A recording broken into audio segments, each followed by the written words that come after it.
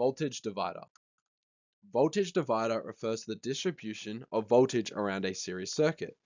This means the voltage dropped across one particular component within a series circuit. This is determined based on the resistance of that component and the current going through the entire circuit. We can derive this from Ohm's law if we assume that the current going through the circuit will be the same at any given point. So we can assume that the total resistance will give us a particular current, and we can equivalent that to the current going through one resistor.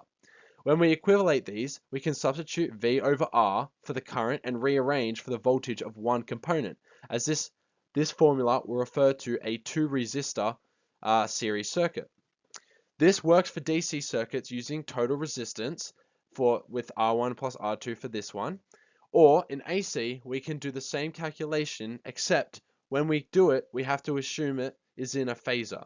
So we convert our current through each component into phases, and then we can utilize the same law for the voltage divider. In DC circuits, we can only use ohmic resistors, as two assumptions need to be made if we are not. One, we only just closed the switch, so no current has already flown through the voltage on the inductor. It's just started to flow, which will give us an inductor as an open circuit and a capacitor as a short circuit.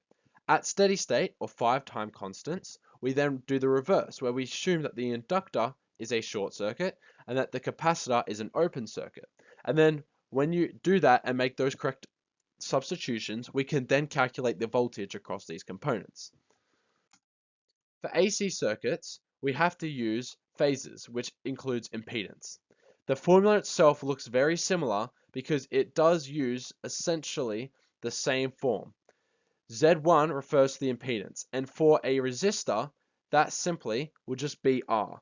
That is the impedance. It's just going to be a resistance, and it does not have a phase angle. It's got a unity power factor of 0.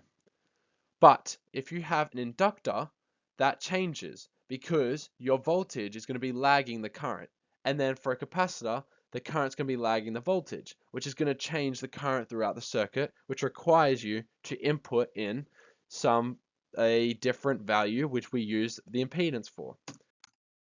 An example in a DC circuit. If we equivalent the current going through the entire circuit to the current going through one component, we can then equivalent the two and then rearrange for the voltage in one part. Then we can say V1 is going to be equal to all of this and simplify down to V1 is equal to 4 volts, which allows us to get an accurate representation of what's going through R1. Here are the citations.